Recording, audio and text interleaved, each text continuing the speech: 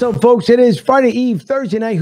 For those who like to keep track of the days of the week, and of course, we are live here at the LG Direct Sales Solutions Studios in Tampa, Florida, where today the heat index got up to about 108. It was hot today for sure. Usually, I say it's pretty mild, but it was definitely hot out here in Florida. So, but that's okay. It's expected. It is a summer, and that's what we deal with. Also, for those who like to listen to the audio download version of the show, and if you're wondering why, when you're listening in on the audio download side from around the world, the minute 50 introduction, you hear the music is because if you watch the show live on YouTube or on BroadStreetSouth.com, BroadSTSouth.com, then you'll see that all of our past guests have been on the screen, or at least as many as I can fit within a minute and 50 seconds. But we do thank you for tuning in tonight. It is episode 151, and with us tonight is the real Mama Eagle. Kei is with us tonight, and it's been a while that we tried to have her on beforehand, but because she's so crazy busy, you guys don't understand that she provides her own content. She makes the world smile. She does so many different things in her own personal life that every once in a while she's got to stencil us in there. But it's a good thing to have her on tonight because it's always good to have on a guest with us. And Evan Macy, I believe, will be joining us a little bit later, so we'll see when Evan comes on. But with that being said, we're going to talk about, of course, our Birds, the last preseason game of the preseason, and they're down in Miami. They are separated as far as the clubs because apparently in Miami they have the bird flu, and I'll explain a little bit later on exactly what I mean by that. On top of that, I also got some news from my sports contributor that apparently Devontae Smith and Wawa, boy, that's a great combination between those two. So don't be surprised if Devontae Smith starts making a lot of shows there, a lot of commercials, should I say, for Wawa. So in that, Darius Slay will get an update along with the Phillies. Zach Wheeler apparently on the IL. So we're trying to figure that one out as Bryce Harper is coming back. He is supposedly coming to Philly this weekend after taking some batting practice or at least a game out there in Lehigh. He covered a thumb after hitting the game-winning run, but that supposedly is no big deal. So lots to cover tonight. We're enjoying ourselves as best we possibly can. And once again, like we say all the time, thank you for tuning in stateside, overseas, from South America and beyond. We do appreciate the love and support. And don't forget to always like and subscribe to our pages. Follow everyone on social media. And by the way, on our new revamped website, if you look under the guest, of course, Kei will be under there as well because she'll be added there. And if you guys want to know where you can find her, well, when you look on the guest, you'll click on her picture and her profile comes up so you can follow everything she does on social media, meaning on Twitter. So by all means, take a look at the new website. It's a lot of fun. You enjoy. You can also watch the live show on the website itself so you can make your comments here live on the show because you can't make them live on Twitter, unfortunately, because Twitter doesn't do live commenting. So with all that being said, we thank you once again for tuning in tonight to episode 151. The entire gang is here. And as soon as I flip it over into our show intro side, we'll bring everybody on so we can all enjoy and relax the rest of the evening. So thank you for tuning in to episode 151. I'm Angel, and this is Broad Street South.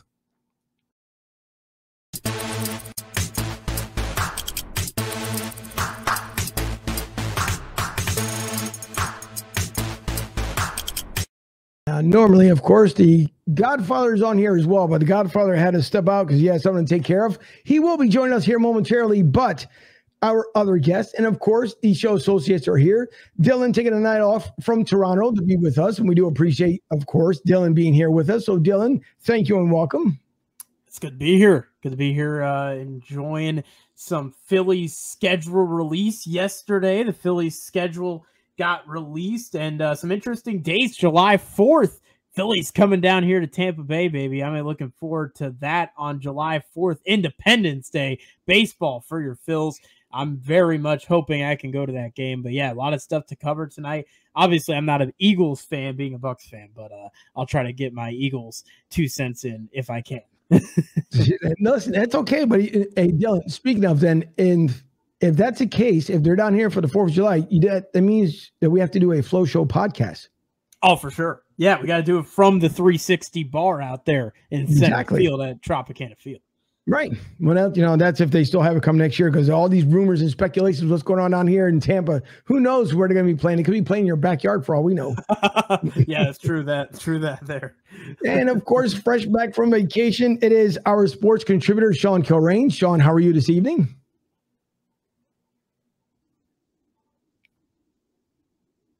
Good. And the lady of the hour that has been blessing us with her presence. And I say that, of course, because we've, again, tried to have her on for the longest period of time. And Kei, I know you're busy. I understand it. I get it, because it's the hardest thing. And, of course, being a family mama yourself, you know how it is to try to balance family, life, and everything else you would love to do. But listen, thank you so much for joining us. And as before we get the show kicked off here, please let the fine folks know, in case they're tuning in now, they don't tune in a little bit later on, where they can find you on social media. Well, first of all, I want to say, Angel, I'm super excited to be here. So thank you for having me. I'm so excited to talk sports. I'm actually very easy to find everywhere. I'm Real Mama Eagle on pretty much everything: Twitter, Twitch, YouTube, Instagram. So super, super easy to search me. No, listen, again, we appreciate it, because we know it's tough to put the content together. We get it. We understand it.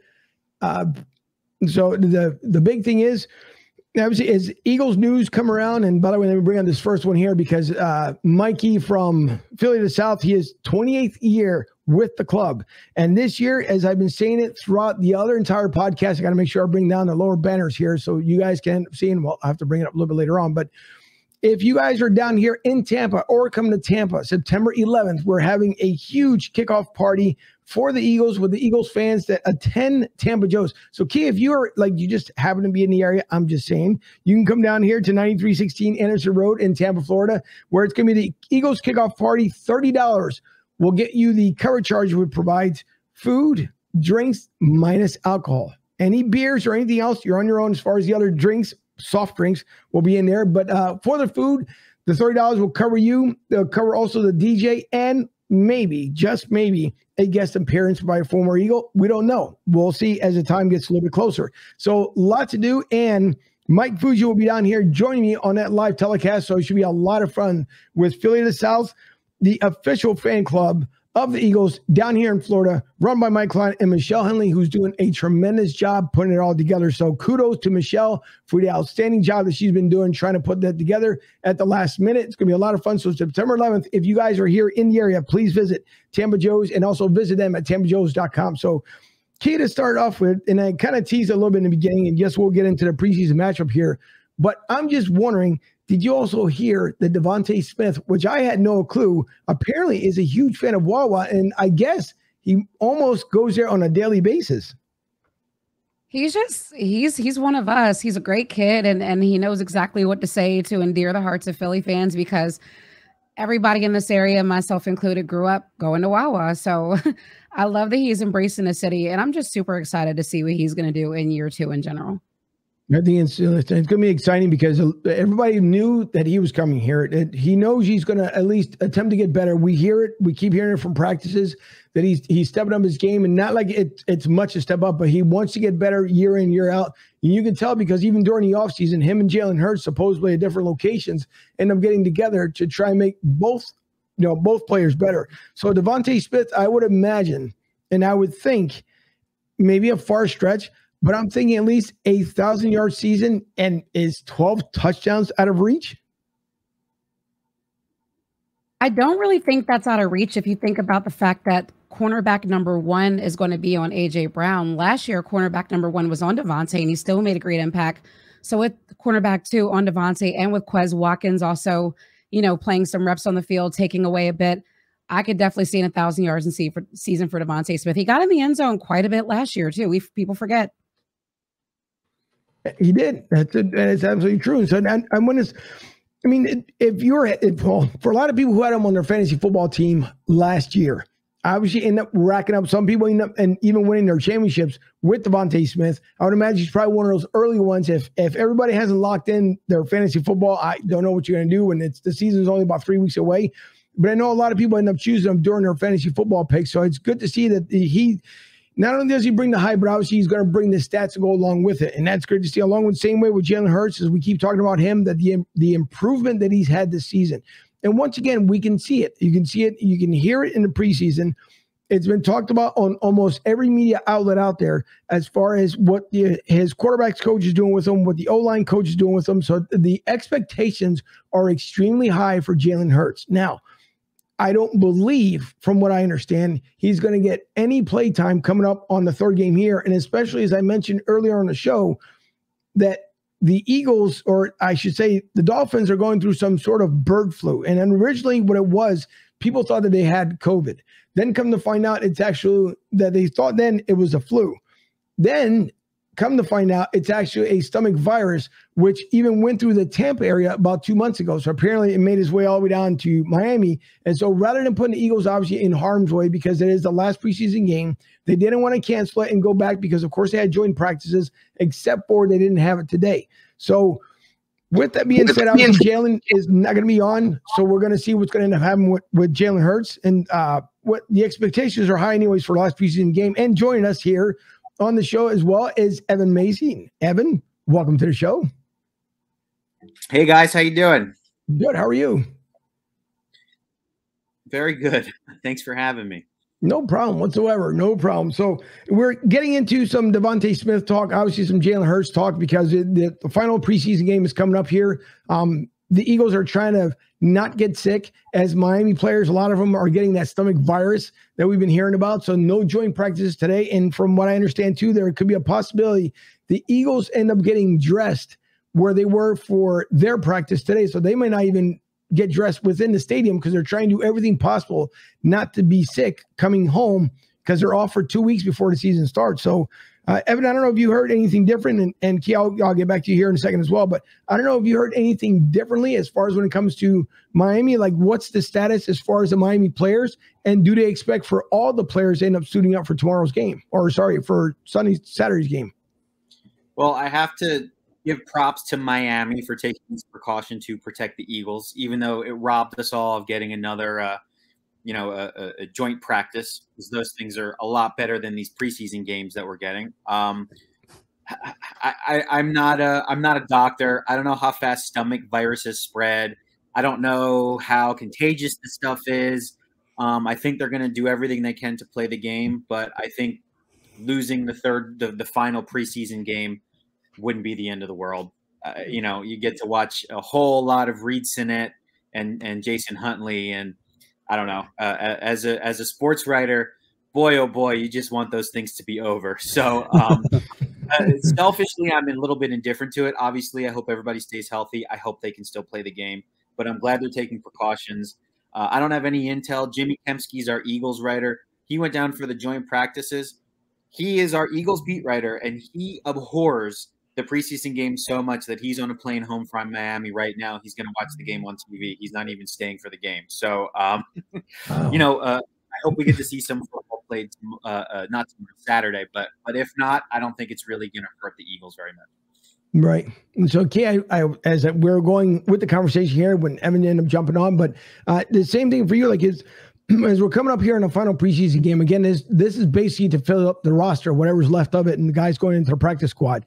Your expectations of what do you expect, and I know it's not going to be anything major, but your expectations of what we should be seeing on the last preseason game of the season. I just want to see. Oh, go ahead. I'm sorry. No, you're fine. I was just going to say, well, as far as the stomach virus goes, I was going to say, I don't want to say people are overreacting, but to be perfectly honest, even though stomach virus is very contagious, it's one of those things that can get out of your system in 1 to 2 days with a lot of hydration. So I think the Eagles and Dolphins players will be fine overall. So I don't think it's a big deal. My concern is that everyone, like Evan did say, is healthy and that there are no other major injuries suffered, because that's been going around in the NFL. So just get out unscathed and I'm happy. That's what we're all hoping for, because we saw, and as we heard it, Darius Slay end up pulling up as he was trying to defend Tyreek Hill. And we haven't heard too much yet as far as like any kind of injury. So I don't know if between our sports contributor, Sean, or even Dylan, have you guys heard any major updates here from Darius Slay? I haven't heard anything, but I wanted to add something onto that preseason conversation. Okay. As you mentioned, with a lot of the starters not playing for the Eagles this weekend, I mean, obviously you mentioned it's big for a lot of these guys who, are on the bubble. If you've seen any Hard Knocks episode or anything in terms of like NFL films where they film the preseason games and they kind of go behind the scenes, you know that the preseason games actually mean something to a lot of those guys who are on the bubble. A lot of those guys who aren't on the bubble, this game is pointless, and they're just hoping to get to week 1 without having any injuries. But For certain teams, this week is actually massive. For example, the Tampa Bay Buccaneers this week, Tom Brady's starting this week. The team has not started any of their starters for the majority of the first 2 weeks this week because Tom Brady has been out the last few weeks. So for a few teams, this week is actually a massive week for a few teams. But I think for the Eagles, as you guys mentioned, I think it's going to be really a week of just hope that there's no injuries and, kind of figure out what pieces are going to go where heading into week 1. Well, we'll see again, we'll see because everyone is trying to nurse everybody. And we know that obviously Tom Brady, supposed alleged, took the time off because he had to go on vacation. Believe that if you want to, because I don't believe it for a minute. I don't believe that all of a sudden it was a discussion. I don't care how good you are as a player, that all of a sudden you got permission before the season even kicked off that you can go on a family vacation with your family while everybody else is trying to get their at least their game on and getting better during preseason. So we'll see. We'll see what ends up happening here. But as we come up on the final preseason game, and I know we're trying to avoid as many injuries we talked about a little bit earlier, but I guess, Evan, I'll start off with you. Who do you see, I guess, and from Jimmy reporting, as you were saying, who do you see was the most improved so far this season, or at least during training camp here?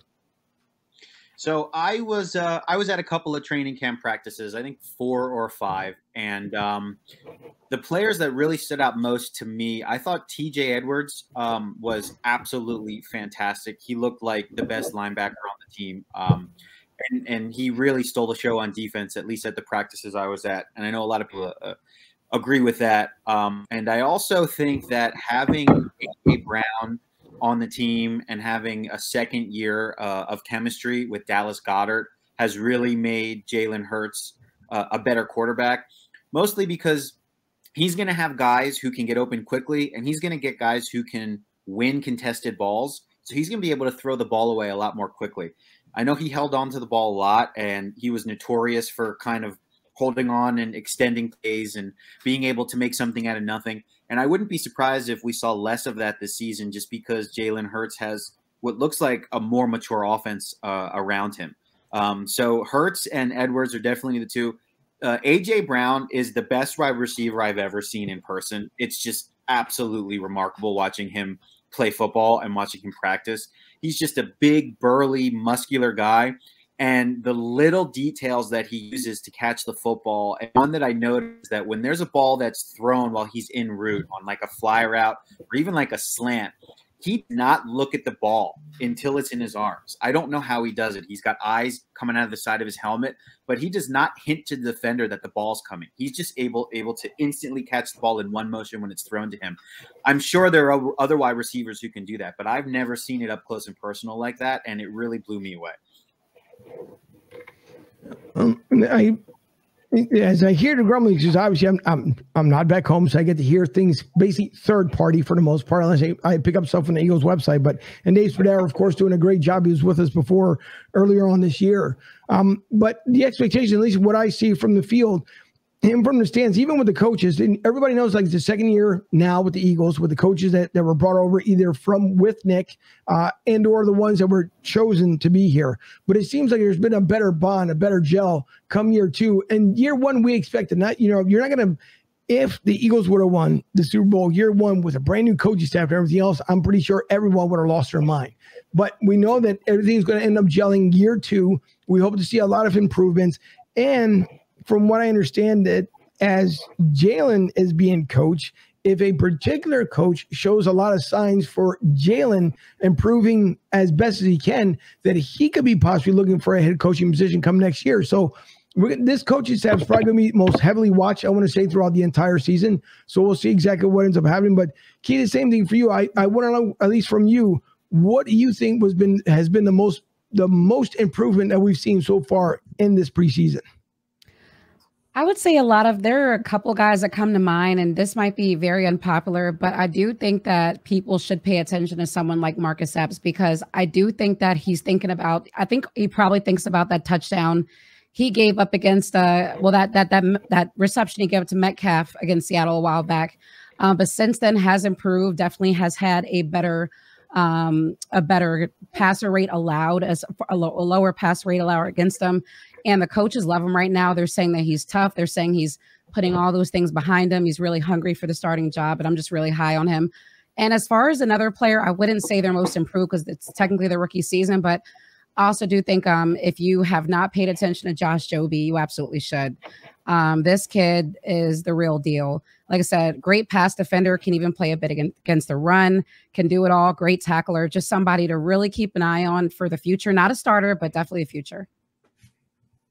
No, I can't wait to see what's going to happen during the regular season, because again, we hear there's been, as I keep saying over and over again, there's been a lot of talk for a lot of people saying that the expectations for the Eagles are extremely high in this division, not only to obviously to win the division, but possibly go somewhat deep in the playoffs here. And we never want to get ahead of ourselves, because we know things happen in the NFL, not just to the Eagles, but to everybody else. But the Dallas, I believe, lost some of their key players during preseason knee injury here. I don't see Dallas, and I could be wrong, you guys, I don't see Dallas as a primary threat for the NFC East. Call me nuts. I just don't see it the same way I don't see the Commanders. If anyone could be of any slight surprise, might be the Giants, but they also are going through a rebuild as mode. So I'm just wondering, I'll go around the board here. Dylan, even though I know you're not an Eagles fan, but if you had to guess, do you see at least the Eagles winning the division? And if you do, how far would you see them going to the playoffs? I don't know who wants to start first on this. I guess I could start first on it.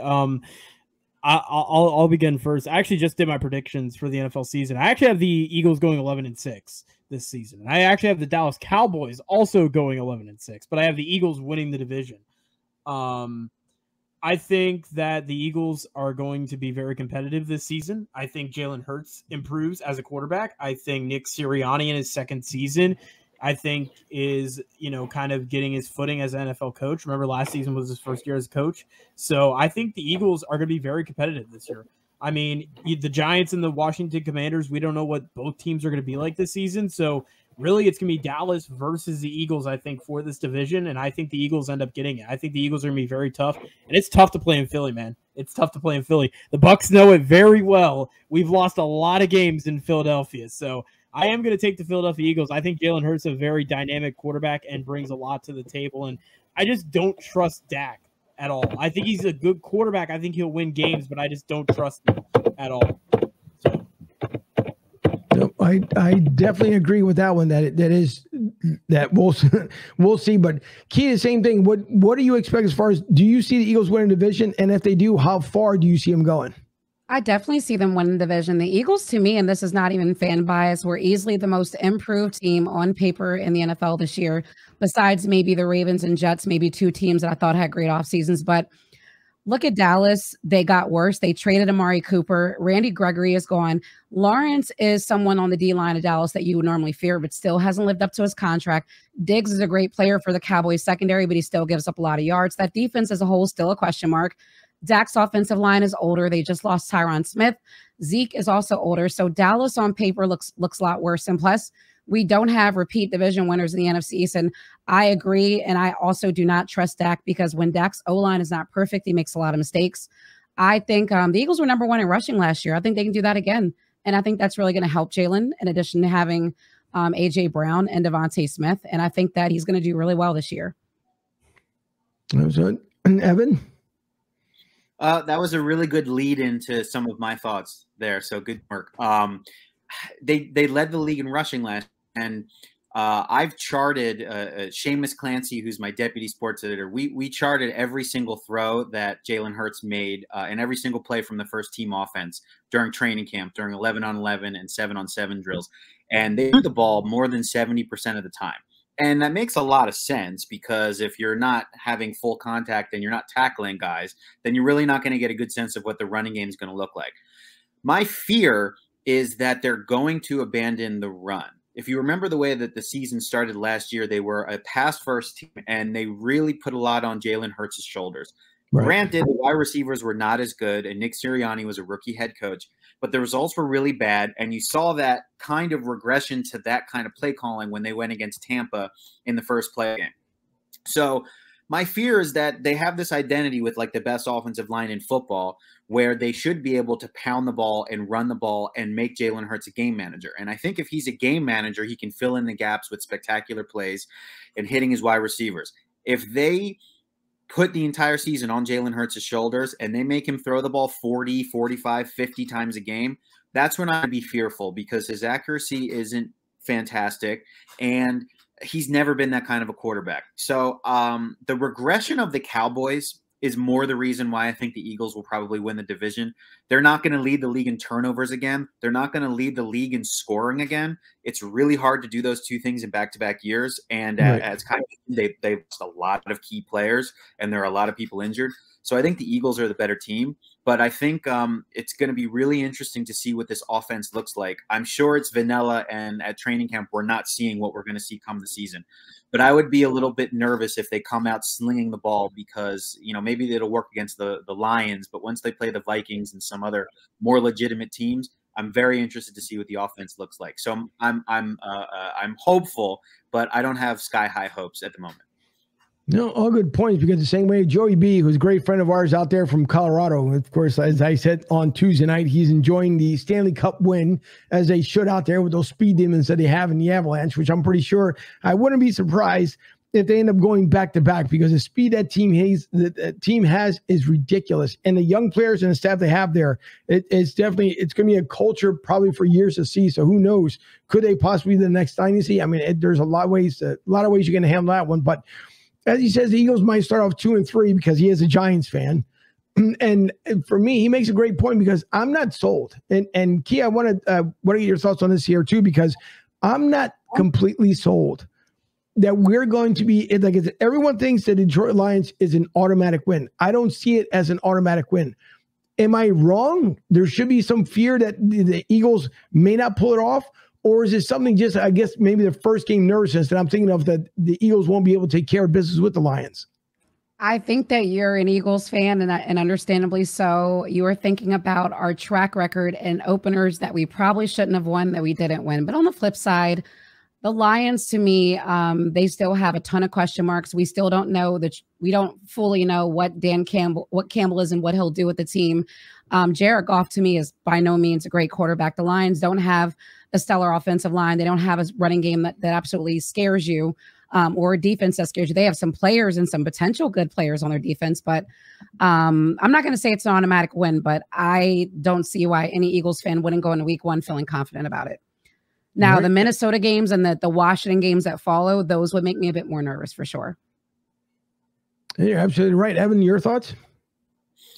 I'm not really that scared of the Lions. I watch Hard Knocks like anybody else, and they don't seem super impressive to me. But the Eagles seem like they're going to be a team that fans will be annoyed with because they beat themselves more than other teams do. I just see that happen. They still have a very young head coach. They have a very young core. They're going to rely a lot on young players, not just. I'm not too worried about, and I could be wrong. Yes. I want to build off Evan real quick with the Detroit Lions. And I think one of the misconceptions is I do think Dan Campbell is a great coach. I think Dan Campbell is going to be a very good coach in this league. I don't think they have the talent around them yet to build. And I'm not a fan of Jared Goff whatsoever. I do not like Jared Goff. I don't think he's a good quarterback. I don't think he is the future of that team. And I think they need to draft somebody because they need to build somebody around him. But we obviously have seen what they've done with Matthew Stafford. They draft him, do nothing with him, and then he goes on to win a Super Bowl with the LA Rams. So, we'll see. But I do hope that Dan Campbell has success in this league with the Detroit Lions because it would be great because Detroit, I think, needs a competitive football team. That team has not had a competitive football team in how many years? And I think they are a team that is built in the city of Detroit. They have a great fan base, and they just need to have a competitive and good football team, and hopefully that Dan Campbell can bring it to that. Just wanted to add that. All right, no problem. And finally joining us there from the distant background is the co-host there. Thanks for the bird. I appreciate it. But go ahead. The bird, EAGLES. Yeah. So, genius, now that you're with us, what are your thoughts with the Detroit game? Oh, you can't take no team lightly. I mean, it's any given Sunday. as Kiana said, the Eagles look great on paper as one of the best in the offseason. You just can't come out and expect, teams are going to lay down. You got to go out and smash them. Like I said, you got to rack shop, and I want to use that phrase all season. You got to come to play 4 quarters, not 30 minutes, not 20 minutes. You got to keep the foot on the pedal and go for broke, because you can't let no teams hang around 60 minutes of smart football. And you got to show the league what you're made of, who you brought in, who you drafted. Jalen Hurts is the man, so you built the offense around him. You built the defense on the other side, and there ain't no excuses. That's why I said 11 wins. And I want to say it till the very end. But are the expectations, and again, going around the board here, is 11 a far reach? And Key, I'll start with you. Is it a far reach, or do we believe they can actually, I'm thinking maybe, and nothing against of going to happen in the second season here, barring everybody that's healthy, I'm going 10. Minor injuries, I'm looking at a 9-game win season. Is 11 out of the realm for this team for the season? Not at all. They won 9 games last season with a far significantly, less roster, and it made a lot of improvements. I don't see how they only improve by a game or 2. Maybe I'm optimistic and it's combined with the schedule, but I actually had them at 12. Oh, see, and it's funny because Jim McGraw, our co-host, she said the same thing not so long ago. She felt like it was 12 wins as well. Now, if I can ask you, why do you believe they could get up to 12 wins? It's just the way the schedule is set up. I mean, for me, it's one of those things where they do have a lot of tougher opponents, but it does seem like the games that are the toughest on paper are their home games. And, historically, they do tend to play better in Philly. A lot of the road games seem to be opponents that aren't as tough. Like you have Detroit on the road, you have like the Bears on the road, so, and then you have teams like, they were on the tip of my tongue, but you got like the Packers coming into Philly, right. So a lot of their tough games are at home and a lot of their easier ones are on the road. So I think that could be a benefit to them. Now, sticking with the Packers there for a second, Key, because the Packers are probably the most interesting, I want to put it lightly, of teams, because Aaron Rodgers, once again, it's like he wants to keep that light on him all the time. And to me, it becomes a distraction in Green Bay. I could be wrong. I know it doesn't really matter, I guess, unless you're a Green Bay fan. Is Aaron Rodgers, do we even expect for Green Bay to even be at the NFC Championship game this year? They're a good team. I just don't trust them I just don't trust them past the first round. I don't. And I just, I've had no reason to. I don't know how anybody else feels about that, but they've consistently, and I am a Rodgers fan, but he and that team have consistently underachieved. No, it's not to be surprising. And Evan, before I get to you here in a second, Joey B says, do all of us as Eagles fans really believe Jalen Hurts as an NFL championship caliber quarterback, or just a nice system QB? Evan, you can go first on that one there. Well, I don't have the answer to that, but I think we will have the answer in about 4 months, because Jalen Hurts will be playing behind possibly the best offensive line in football. He probably has one of the top 5 or 6 receiving corps in football. He's going to be aided by one of the best run games in all of football. He's going to be leading a team that has the second easiest schedule in all of football. They only travel into 4 different time zones, and they only go out of the Central Time once when they go to Arizona. So it's really do or die for Jalen Hurts. This is the best situation he's ever going to have. He's healthy. His team is good. And so if he has a good season at the end of this season, he's the franchise guy. And if he's not, they'll be using those 2 first-round picks to bring either, some outside quarterback in, or they're going to be drafting one. So I know I'm dodging the question, but honestly, we saw him as a game manager, and we saw him in relief of Carson Wentz, and now we're going to see him with every tool to succeed. And this is it. It's never going to be easier for a quarterback in the NFL to succeed. So I'm really, really interested in seeing that. That's my number 1 storyline for the season. All right, Key? I can't say NFL championship quarterback yet. It's way too early. Like it was said, we'll find out in about 4 months or so. I would say right now I'm looking at him as potentially being a quarterback that's definitely above average, which is a compliment because if you look at the quality of quarterbacks in the NFL, there's a lot of mediocre and or bad quarterbacks. But I would say maybe a step above game manager is kind of what I'm expecting right now. Let the O-line, let the team win in the trenches, let the running game guide him. Obviously, downfield accuracy is definitely something that he needs to work on. But I do think that with the tools, faster receivers and more short-handed receivers, better route runners at receiver is something that can help him. But above average for now, I would say. Okay. Dylan, again, I know you're not an Eagles fan. We understand you're a Bucs fan. I know a little bit about the Eagles. Okay. I know a little, All right. a little bit. I mean, I think it's hilarious how the two Alabama quarterbacks, Tua Tagovailoa and Jalen Hurts, are basically in almost a career year, if you will, in a career I wouldn't say career crossroads, but they're both in kind of a situation where you look at their rosters, they're given the roster to win. Like, this is their years. Like, if they don't do it, then you start second guessing, as Evan said, going into next season, and you start figuring out what your next move is. I think Jalen Hurts is going to do very well this year. I think he is a very good quarterback. There are a lot of bad quarterbacks, as you guys have mentioned, and I think Hurts was given basically the silver platter, if you will, and I think he's got to produce with it, and I think he will. I think he will have a good season this year and a very easy schedule, as you guys have mentioned. They are actually the easiest schedule in terms of strength of schedule in the entire NFC. So, I mean, I think they definitely got the benefit of the doubt here heading into the season. I think the Eagles are going to be good this year.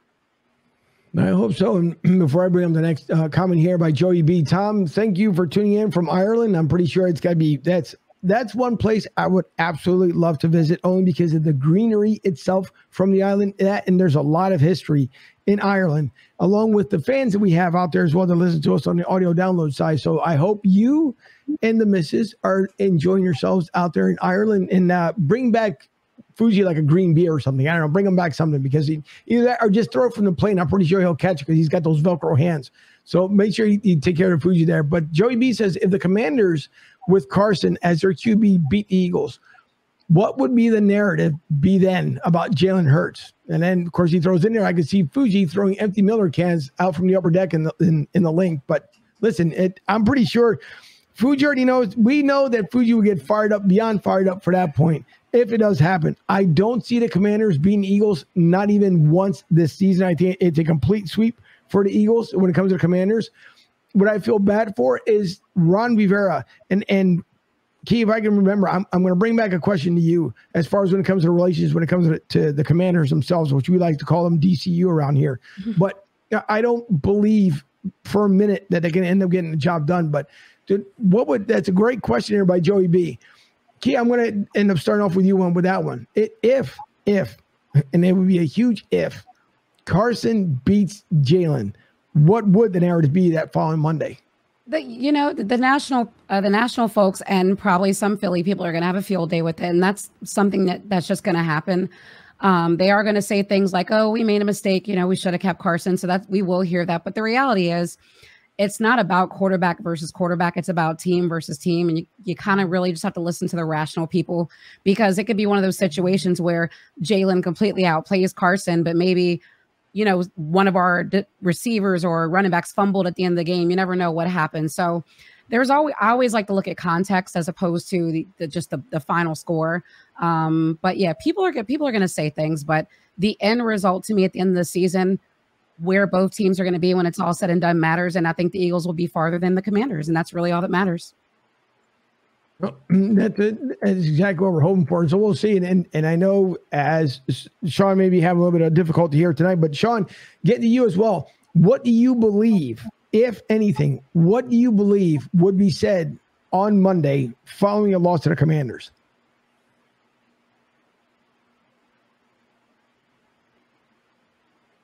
Might be having a delay. There you go. Sean, try your mic. You might be muted. Check your mic. I can hear him on my end. Yeah, I can hear him. Okay. I can't hear him over here, but all right, go ahead, because I can't hear him at all. No, I can hear you perfect on my end. Evan and Kei, can you hear me, Sean? Yep. I know.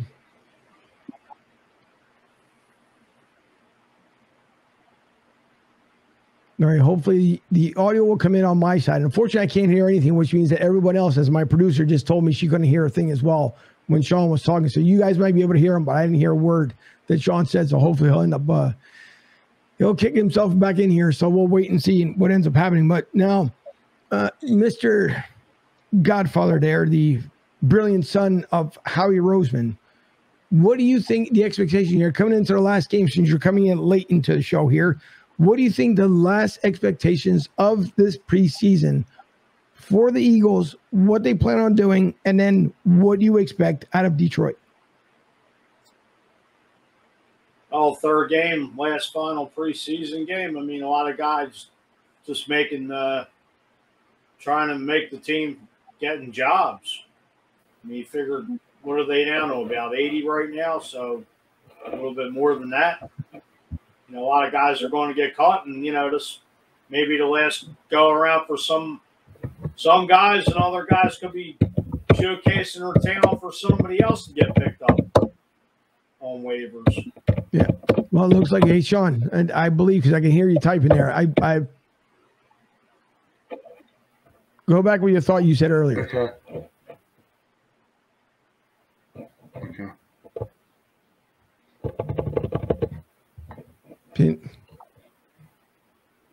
I know it's a long delayed audio for Sean. Sean, the comments that you made earlier, I can hear you typing away. I can hear you saying okay. So the comment you had earlier, can you repeat the same comment you had earlier?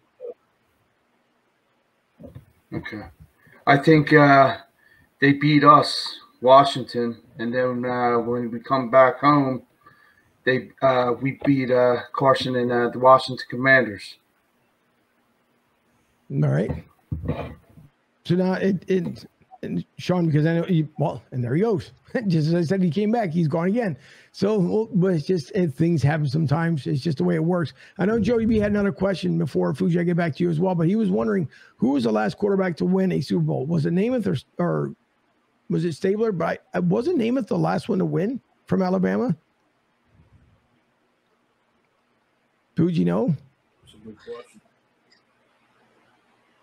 No, nothing. I'm not sure. All right. I have no idea. I believe it is Namath. I'm almost certain that it was him from Alabama, the last one to win a QB as far as Super Bowl. But I believe it was Joe Namath. I could be wrong, but I believe that it actually is. But as far as, and Tom says, Rand's a lot of Eagles fans here wearing Eagles green 300 miles, or 3,000 miles away. 300 miles away wouldn't be that far, but 3,000 miles away. That's good. It's good to see at least Eagles fans out there in Ireland. That's the right green to be wearing instead of the Jets. So that's good for the folks out there. Sean now needs Fuji's IT support. Oh, boy. Here comes the jokes by Joey B. But Fuji, again, as we're going around here, around the table and going around the horn, obviously the expectations are for the Eagles to end up winning the division. Do you see anything less from the Eagles this season but not to win the division? Key is everybody staying healthy. I mean, like I said, 11 wins, but everything's got to go their favor. I mean, they got to execute and come out, and like I said, you got to play 4 quarters of 60-minute smart football. You can't let teams hang around, be up by 20 points and let somebody come out and beat you in the last couple minutes. I mean, it's a team sport. Everybody's got to come to play. You can't look at this trap game on the schedule. Dallas 3 games away. The Giants. You can't take nobody lightly, especially in the NFC East, where whether Washington or the Giants are that bad, everybody comes to play in the NFC East. There's still a dogfight. You could be the best team and the worst team going at it, and you still got to work on any given Sunday. No, you definitely do. And so listen, again, if you can talk about it till the cows come home as far as when it comes to the injuries. Everybody knows it. Everybody tries to avoid it. Unfortunately, it is just part of the NFL season, part of life, the way it ends up working down. So it's just tough. But I want to get back to you here for a second when it comes to as far as the Commanders. Now, we had Kelsey Nicole Nelson on with us early on this year. And I know she was working for the Commanders.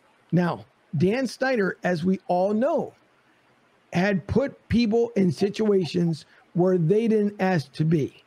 Yet Dan Snyder continues to be the owner of the Commanders. And asking you as a person, not just from the female side, but from the male side, as a person, if you were working in that front office and you knew what was around you, would you even stay with the organization knowing that obviously no one cares what Dan Snyder does? And to me, it would be the most uncomfortable workplace to work for ever. Honestly, no one holds him accountable ever. Right. There were incidents with the cheerleaders and a bunch of things back that just were really uncomfortable and disturbing to read about. And it just sounds like, because he has money, it's probably one of those situations why he's gotten away with so many things. But I could not ever see myself being in that situation or staying in that situation. It just, I guess after all this time, I'm still baffled that he's still there, honestly. It's absolutely insane. And Evan, the same way too, I'm pretty sure you've heard all the grumblings and everything else. I can't believe. And what makes me laugh is, as of recent, they had a hearing. According to what was said was they had a hearing with him, and no one else was allowed in there. It was one person that was supposed to be in the hearing, no cameras involved whatsoever. He didn't have to even be present there, meaning that he didn't have to go down to DC for this hearing. Basically, he could have did it from the bathroom for all they cared. No one got to hear anything. We never heard anything from it. The hearing already passed. But once again, this man continues to get away with murder. Why is Dan Snyder, which seems to be, I guess, the supreme god in the NFL? I wish I knew why. I mean, you see some of that with the Deshaun Watson situation. It's really, really difficult to hold these people accountable who are in the public eye and they have so much power. They have access to better legal defenses than us. They have connections to people who can pull strings for them. But the real thing that bothers me about this, honestly, is that poor Washington fans really, I mean, they had the one good year, a couple with RG3 a few years ago, but they've really had a middling franchise that's been mismanaged, and they really haven't had much to be excited about. Carson Wentz is not like I don't know a lot of Washington fans, but I can't imagine there are very many who are excited to have brought Carson Wentz in to be their quarterback. They're getting really shortchanged. They need new ownership. They need to shake things up a little bit. They had to change the team's name, for God's sake, because it was racist and offensive. It's just a complete disaster over there. And lucky for, I guess, the Eagles, they get to play them twice a year. And lucky for me in my job, Carson Wentz is coming back to Philadelphia, and that will equal a lot of page views. So their mistake is my my benefit, I guess. But it's a disaster. And like I said, the fans are the ones who lose in the end through all of this. It is, and it's an absolute shame. And Dylan, I don't know if you want to add to this as well. Yeah, let me add into this. Yeah, and it's funny because you look at a team like the Jets, and we talk so much about how the Jets look so mismanaged, and it makes the Commanders make the Jets look like pennies, basically, in terms of how terribly mismanaged that team is. I mean, just the last couple of years, all the stuff that's came out with Dan Snyder, like how this guy hasn't gotten in like trouble for anything is beyond me, and how he's been able to get away with so much stuff is beyond me. I mean, it's right now they're in just so much disarray, and honestly, I think Dan Snyder, like they got to make Dan Snyder sell the team. I think that's the only way you can even kind of rebuild the pieces, if you will, in Washington is if Dan Snyder sells the team. He has to. I mean, there's no question in my mind. Well, just to touch on it, how is this man still owning this team? Yeah. I mean, there's all these allegations against him going on for the last probably 10 years with cheerleaders, women working in the front office, and he's getting away with it. How does that happen? It's a disgrace. Can somebody touch on that? I mean, is he just buying it? Is he just buying his way, to just stay in the league from Goodell? Or I think it's as simple as money. Yep. Right. I just think it's as simple as he has a lot of money, and that's when, and again, like it was mentioned, Deshaun Watson's another example that when you either have money or you are good at the position you play, it's an unfortunate thing that sometimes you may not get held accountable for things that you've done the way you should. I also want to mention that the players have power too, and I mean, it's their employer. It's easier said than done. But right. You kind of saw it with John Gruden last season where it made it pretty clear that the players didn't respect him and they weren't going to play with him. And that's when he really, got kicked to the curb. And I wonder if maybe that's what it would take, to get Dan Snyder out of there, would be the players to say, I don't want to play for this guy. Free agents don't go there. Protest. I mean, these players have a lot of power. This is the guy who signs their paychecks. And, that's really the only way that change is going to happen is if there's a huge, swelling fans pushing for him to step down, or if the players themselves, like we saw with the Clippers a long time ago also, they refused to play for their owner.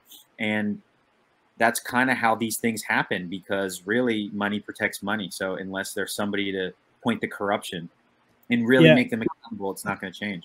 Yeah, Evan, I want to add on to that. I mean, you got to at some point you almost got to blame the NFL. I mean, even with this whole Deshaun Watson thing, like this whole Deshaun Watson thing to me, it's like he needs to be suspended for a year, in my opinion, at least a year. And then you look at where the suspension ended up happening.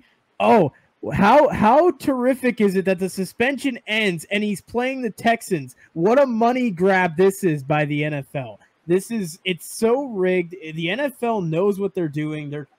All they care about is money. That's all they care about. And they've been doing that for years now at this point, and they know what they're doing. The NFL knows what they're doing, and at some point we got to start blaming the NFL for some of this too.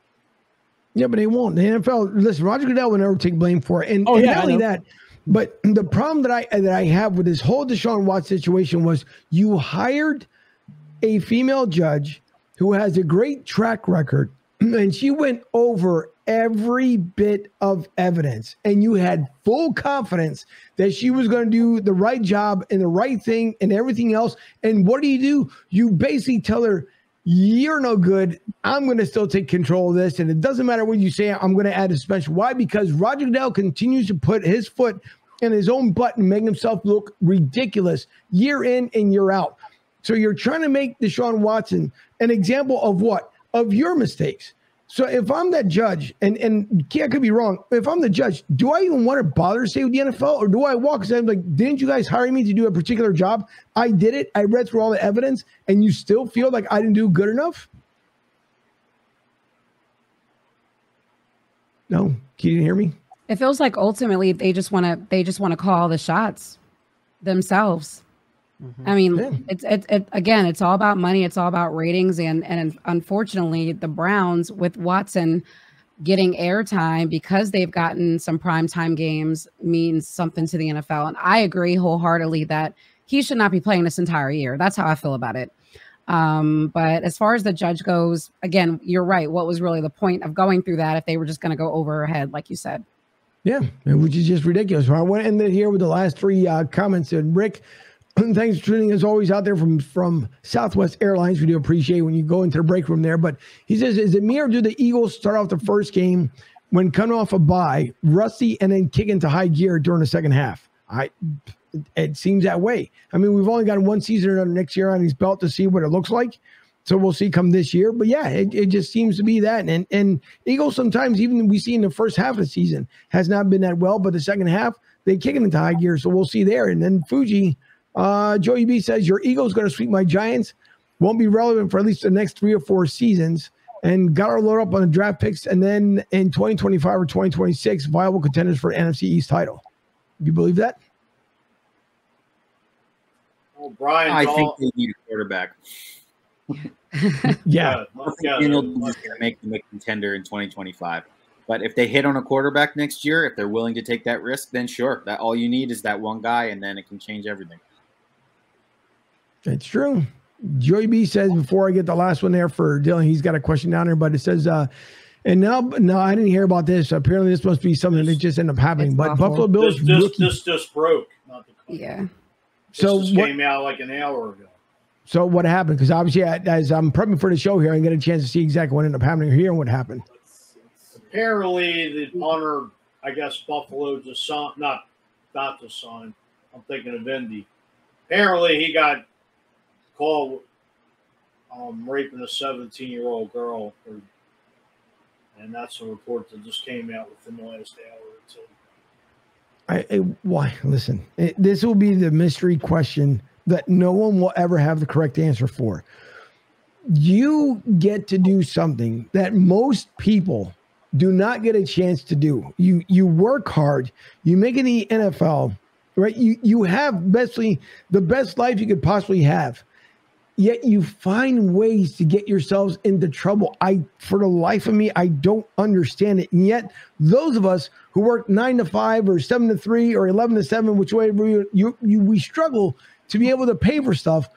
You're gifted with a talent, and boy, you guys are just, God almighty, I can't believe people, man. It just, it floors me. Not only that, it also kind of kills me too, where why would Ron Rivera want to stay with the Commanders?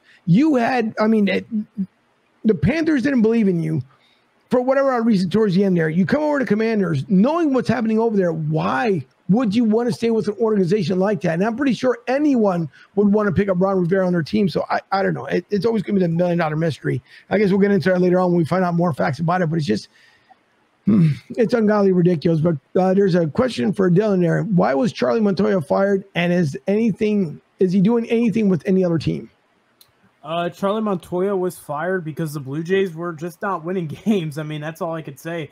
The American League East is a very tough division right now. The Yankees, fortunately, are losing a couple of games right now. The Jays right now currently in 5th place in a playoff spot. It's really weird how, like, the teams that have fired their managers already, I mean, outside of the Angels, but, like, with the Phillies and the Jays, teams fire their managers, and the teams are right now in the playoffs. It's interesting to look at that right now. So, not exactly too sure the whole Charlie Montoya thing. I mean, we were still battling for a playoff spot, and we weren't horrible, but I don't know, maybe a change of pace. I mean, you got, a few big stars on that team with Vladdy and Bo Bichette. I mean, maybe Charlie just wasn't the right fit, and they needed something, maybe a change of pace heading in the next season. So we'll see. John Schneider is a former manager, so we'll see. Maybe he ends up taking over next season, but I'm not exactly too sure the whole reason. I was a little bit surprised myself when I saw it happen, and it'll be interesting to see who the Jays end up hiring. Obviously, we saw Joe Girardi just join the Cubs broadcasting crew for the remainder of the season, so he'll be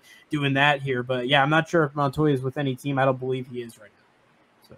Yeah, it's insane. Joey's giving us a little bit of an update. He's saying that it happened while it was in college in San Diego State.